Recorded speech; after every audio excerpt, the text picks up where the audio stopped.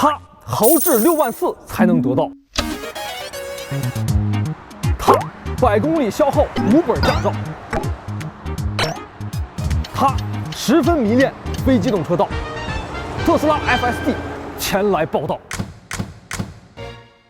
在我们之前实测 FSD 的视频里呢，我曾经这么总结过，这个车呢给我的感觉很像一个智商高但是不太听话的孩子，能感受到啊，它在国内呢还是有比较大的提升空间的。其他 FSD 实测视频的评论区呢也挺统一，说他挺聪明，但是不懂中国路况，说给他点时间他会变得更好。带着这一份期待和疑问呢，我们正式开启了这台选配了 FSD 的特斯拉 Model S Plaid 的辅助驾驶长测。现在它已经经历过了数月的真实路况考验，所以它的变化到底有多大呢？它真的聪明了吗？欢迎来到真10万公里长测之辅助驾驶长测。好，大家好，我是大图。不知道您是否还记得我们第一期辅助驾驶长测的视频内容啊？我们一块儿重温一下。我们是长测，固定路线，每天都测，一次100公里。所以这些车到底是越用越智能，还是越用越智障？为什么要让我接管？哪有那么病啊！哎呦，累计测试1万公里之后，结果自然显而易见。时光飞逝而过，率先完成这1万公里辅助驾驶长测的壮士已经摆在了我们面前啊！特斯拉 Model S Plaid。在过去的100天内，我们让这台特斯拉在全程开启 FSD 的状态之下，重复往返一条基本相同的路线，并且记录下了它在这段时间里的所有行为表现。每次往返的总里程大约是100公里。为什么是基本相同呢？其实如果按照我们长测团队一贯的风格，想要做到1万公里测试路线完全相同那就跟每天准点下班一样轻松。只是基本相同的原因呢，是我们希望测试呢能够极致还原各位车主的真实日常。每天的测试呢都是在导航上设定一个相同的目的地，由车机导航自行选择当日最佳路线。就如同我们每天上下班的时候导航会替我们选择更加通畅快速的路线一样。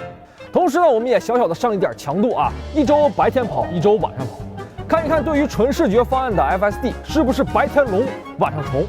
另外呢，不经意间也把强度给到了后期老师。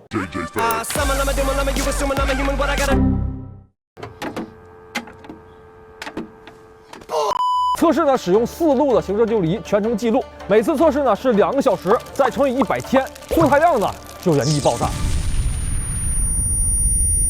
画质嘛，这个能数毛的4K 分辨率实在是没办法做到，但是还原事情经过肯定是 OK 的兄弟们多多担待。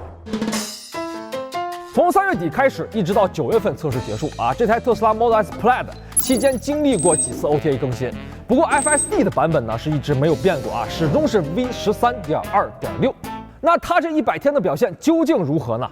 如果一句话概括，特斯拉 FSD 非常像一个成熟稳重但又有很多自己想法的老司机，是一个既有规矩又会进化，同时兼具抽风的复杂性格，可谓是非常具有人格魅力了具体是怎么个事儿呢？咱们细细道来。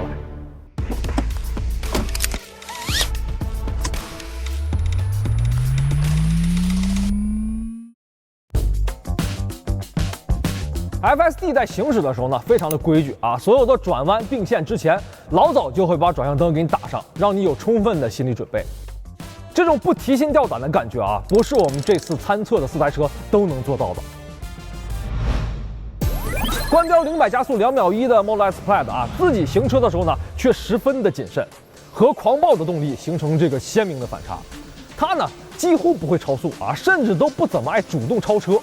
在高速上呢，遇到前方有车的时候，经常是一跟就好几公里，情绪稳定。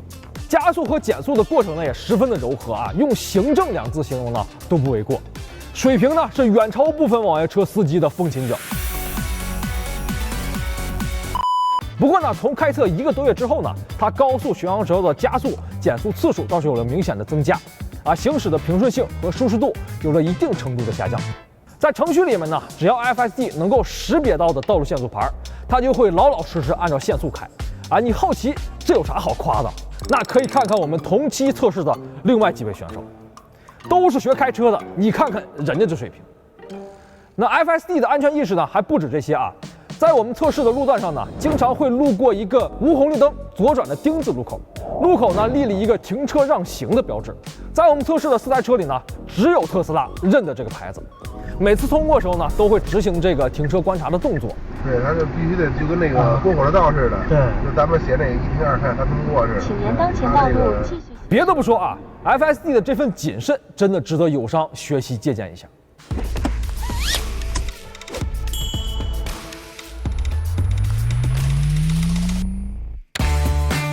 根据我们的测试人员反馈啊 ，FSD 呢确实像一个会思考、会成长的机器，有点越测越通透那意思。比方就说这个过路口和斑马线这件事儿，测试刚开始的时候呢，只要系统判定啊没人没车挡五路，那就不会减速通过路口啊，甚至黄灯亮了都不带怂的。他要闯红灯。但是呢，随着这个测试里程的增加，他的安全意识呢仿佛觉醒了。当遇到斑马线路口的时候呢，他学会主动减速了。这个改变呢，让我们的测试人员也安心不少。然后我们来看看最直接的数据啊，接管次数。在第一个测试月，它总共跑了3504公里，人工接管196次啊，平均17.87次公里呢就得上手一次。而后2个测试月呢，接管次数有了明显的下降啊，看得出来吗？后2个测试月的平均接管里程啊，对比第一个测试月几乎是翻倍了，是不是有点越测越通透的节奏了？看到这儿，肯定有兄弟啊拍桌而起说，都接管了400多次，还搁这哭哭夸呢，收了老马多少刀乐呀！确实啊，从这个接管的维度来看呢 ，FSD 对比享界、小米和理想，确实是次数最多的，并且和第2名差距还不小。但是它的接管大多数和安全没啥关系，主要是。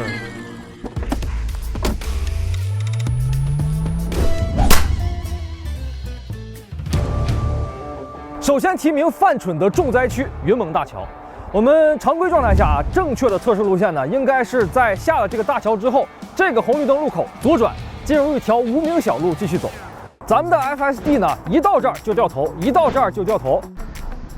你看，它掉头了。你看，哎，我没接管它吧？你看它刚才提示是左转吗？不行。测试人员呢必须立刻紧急接管啊，不然他本来刚下高速，这么一掉头呢，他就又上去了，真就怕他自己给循环上了。在我们测试的100天里 ，FSD 在这里掉头的次数高达30次。离谱的是啊，在他想掉头的时候呢，我们导航的路线是完全没有问题的，他就是要偏离导航路线自己去掉头。那更难评的是呢，这个现象完全没有规律啊，没有规律到什么程度呢？有一次，他在这个路口左转后立即左转，右转了。又是给你玩邪的啊！上这儿来，打着右转向，他干啥呀？他的心海底针呐。接着呢，还是这个左转路口啊，左转过来之后呢，是一条双向单车道的路，黄线呢是清清楚楚。咱们的特斯拉呢，到这儿却经常压线驶过。左转。不好意思，是线。毛没有，就是会压点线，下去就。左转。有的时候呢，甚至直接冲进这个逆行车道，扬长而去。啊？400米后，在道路尽头左转。400米后，在道路尽头左转。而某几天呢，他要能在这个正确的车道上规规矩矩行驶。整个过程呢是毫无规律，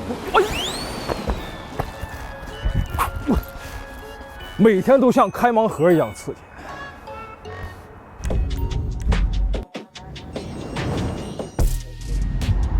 还没完啊，在这条路上呢有一段震动标线啊，车辆正常驶过的时候呢，车里会嗡嗡响，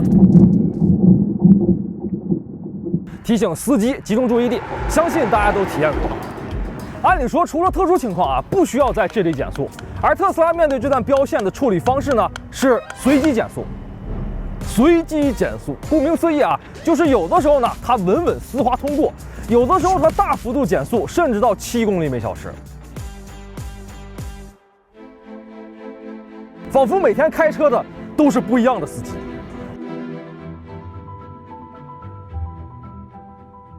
正当他连续几天丝滑通过之后啊，我们觉得他是不是通过学习知道这里不用刹车了？可是到了测试的最后几天呢，它又开始莫名其妙的在这儿减速。我们又猜是不是这个纯视觉方案在能见度差的时候会减速观察呢？可是偏偏夜里它能飞，白天它刹车。除了玄学，真不知道用什么词儿概括了。不知道有多少朋友看过这台车10万公里长测的一个汇报啊？在整个的测试周期里面呢，它有一个 GPS 定位系统准确性不佳的问题。说白了呢，就是定位跑偏啊。本来呢我在这儿，结果呢他以为我在这儿啊，就这么个事儿。在顺义的特斯拉 4S 店，但是它的这个地图一直在显示的是密云。除了偶尔车机有提示之外啊，这个地图呢也经常卡死不动。当时 4S 店也没帮我们解决这个问题。GPS 出问题呢，对我们日常驾驶来说可能不算什么大事啊，重新规划一下路线就行。但是对于辅助驾驶来说，这就是个致命 bug 了。不行，自动转向不可用，为啥呢？我们在测试过程中就曾经遇到过啊，因为这个导航系统死机，导致 FSD 完全没办法开启的问题。哎呀，搞这个的呀！啊，只能不断的下电重启，尝试解决它。还有一次啊，因为这个 GPS 定位偏差的问题，给车直接定位到旁边小区里了。你们定位偏的也太严重了。对。然后限速15公里每小时。15了，结果呢？就只是我进档的现在。不是，这就是是哪儿啊？没瞅着我。我们当天的测试呢，也因此被迫暂停。一会儿下河了。你看那河里限速多少？甚至在整个100天测试周期的最后几天，我们也因为这个 GPS 问题停测过一天。我操！咱俩走不了了，死机了！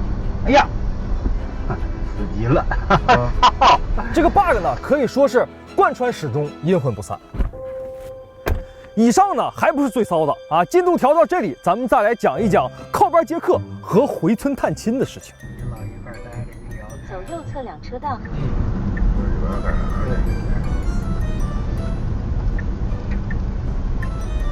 开干它这就是信号错了。然后它导航它偏离了，是吧？接管吧。整个测试周期里啊，我们经常遇到导航明明正常，离终点还老远，特斯拉却突然来一套行云流水的靠边停车大动作的操作。这干啥？哎，干啥呢？靠边停车，是这意思吗？打灯、减速、靠边、刹停。靠边停车。干嘛呀？靠边停车。整个过程呢，活像他在路边接了个客。过了一段距离呢，又要靠边，还是他要右转呀？这是要右转的趋势。又是一套完整的靠边停车流程，把人给卸下。接管没有？没有，都没接管，这都自己起来的。对，全程现在一直没接管。 100天的测试周期里啊，这台特斯拉靠边停车接客的次数是44次。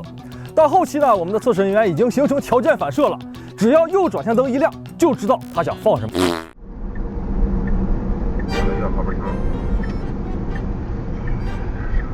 他靠边停车的位置呢，也是完全没有规律可循啊。路边停车区大院门口。看的是哪儿去？看，哎呀，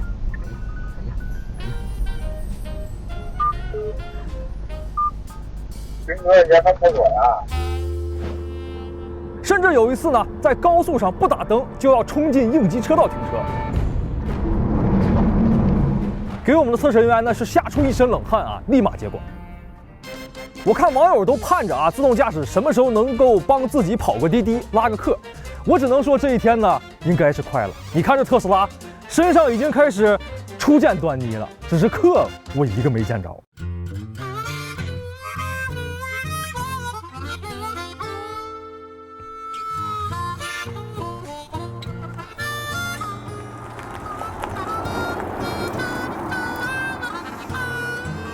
这个情况呢，比靠边接客还要诡异一些啊！在我们的这个固定测试路线里面啊，有这么一个村庄的入口。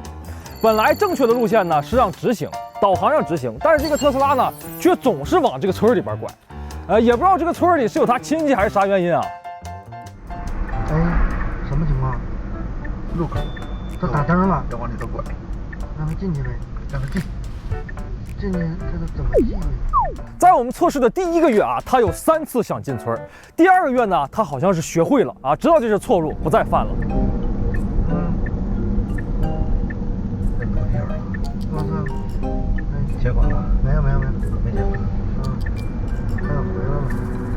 结果到最后1个月呢，干啥呀？干啥呀？哎呀，好久没干这事儿了，去割草了呗。我操，没注意那是个坑啊！看他咋说。前方在地面虚线处掉头。他又犯了，有4次想进村，依然是随心所欲，毫无规律。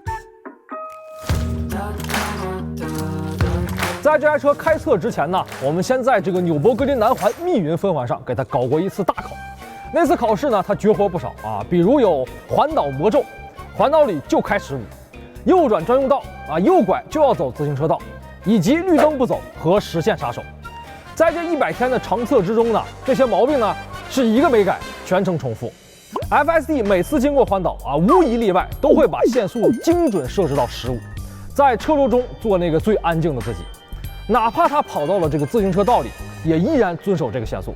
上次大考呢，我们就特意查过啊，普通环岛的限速呢一般是30，他在这里呢直接给咱打了个对折，也不知道是在修炼一些什么啊，修炼智驾手册吗？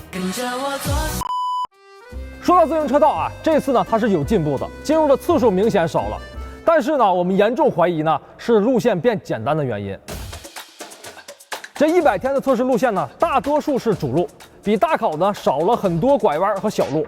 不过据它的表现啊，我们基本可以断定 ，FSD 呢就是把自行车道当成了自己的右转专用车道，因为每次的进入时机一定发生在即将右转之前，但切入的位置呢很随机，有的时候呢右转之后也会直接进入到自行车道。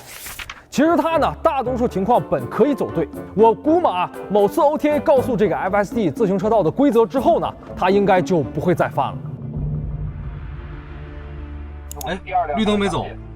大考的时候经常遇到的这个绿灯不走问题，长测中呢一点没放过我们，不走，真没反应啊，总共发生了50多次，而且测试的后半段呢更加的频繁。大多数时候啊，为了不影响后车呢，我们都赶紧接管。我操，没到线就停了，往前走了。没有，我踩了。但有一次啊，赶上夜间身后没有车，我们就跟他杠上了，想看看他是不是真不认识绿灯。结果呢，等了完整的2轮红绿灯啊，第3次绿灯亮起之后呢，他竟然幡然醒悟，走起来了，起步左转，直接进入了逆行车道，潇洒离去。也不知道这个第3次绿灯和之前的2次有什么区别，给他整破防了。你说他绿灯怂吧，黄灯他还闯过几次。还是那句话，他的心海底针。哎，压线。压线这个问题呢，老生常谈了。FSD 刚上线的时候呢，差点把驾照干废的元凶就是他，违章次数19次。在咱们的测试里呢，他依然发挥稳定，啊，因为压线的接管高达196次。按照1次1分的扣法来算一笔账啊，要是真不接管呢，光这一项就得扣196分，需要储备17本满分驾照。所以呢，网传100公里5本驾照是有点夸张了啊！准确的说呢，100公里0.17本驾照就够开这玩意儿。不过它压线呢，倒也不是乱来啊，每次呢都是在前后不存在碰撞风险、相对安全的情况下，先打灯再并线，再被我们接管终止，苦了我们的测试人员经常性的神经紧绷。最后呢，是一些补充内容啊，先聊一聊 FSD 在高速上的表现。除了我们开始提到过的不爱超车、遵守规矩之外呢，FSD 在高速行驶的时候呢，跟车的距离会比较近啊，会让人有点紧张。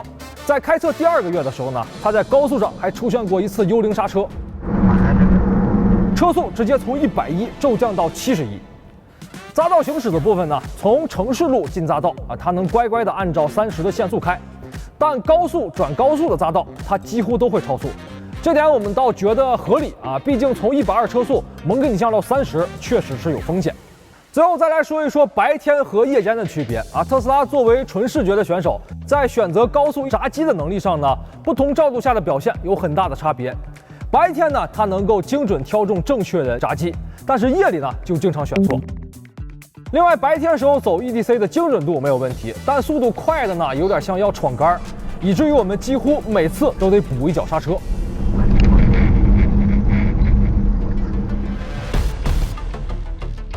高速巡航速度选择上在夜间低能见度的环境之下 ，FSD 的驾驶策略呢明显比白天更加的谨慎，巡航速度呢也更低。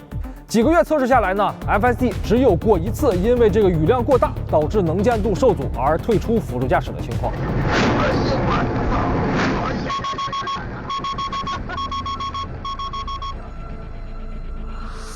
好了，兄弟们，100多天，1万多公里，400多次接管，咱们的 FSD 魔幻报告到这儿就接近尾声了。看到这里之后呢，相信您也能完全理解开头时候的一句话总结了。它呢小毛病不少，但是因为严重安全问题而发生的接管呢却不多。它有时候规矩的像一个老司机，有时候离谱的像一个驾校新生。它高智商和低情商并存，规矩和任性共存，进化和 bug 共存。但不论怎样从结果来看呢，它确实是有逐渐变好的趋势。最后，您是否愿意为这样一位司机花上6万4呢？欢迎您在评论区留下您的看法。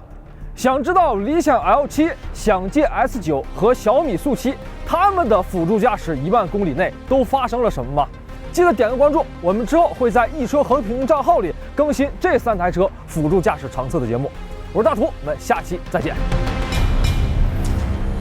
好 ，OK， 行，这车有一个有意思的彩蛋让您体验一下。我今天有过生日，是不是？给我过生日。你猜是什么？主要是你这个机位整的挺玄乎，不用设置那啥。对，走，这是导航没有目的地啊。看，要走了。完了，又没有 GPS 了，又没有 GPS 了。没事，那咱们换个地儿。是吗？这么神奇吗？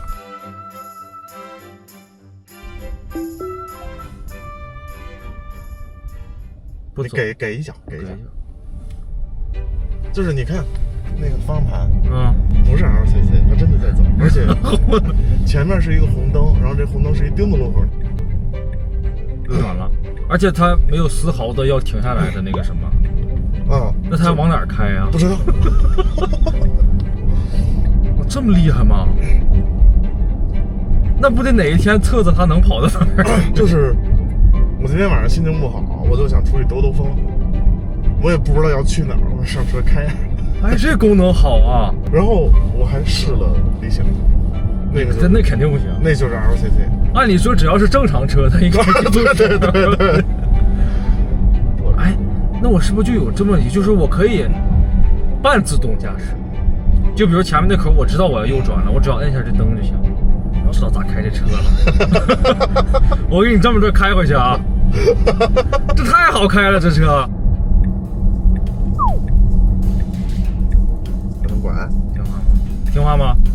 嘿，不是这让你玩明白了。这是个口吧？这是个口。对，从这儿开始按，然后它就进入到这儿。哎，这不会要进这个？完了，我说它停那儿。这又靠边停车了，刹杯了。开启。打好。走。你打的右是吧？我打的左。但是它得往右啊。不听你的。你看，你摁左，它左闪一下又变成右。远没有想象中好驾驭啊，感觉这像一个那个反客为主的模式就是我的指令，它要左转，我现在让它右转，拨回，左转，右转，拨回，左转，反客为主。气死我了啊！花6万块钱就受这气呢。哎，这功能好，但也不知道有啥用。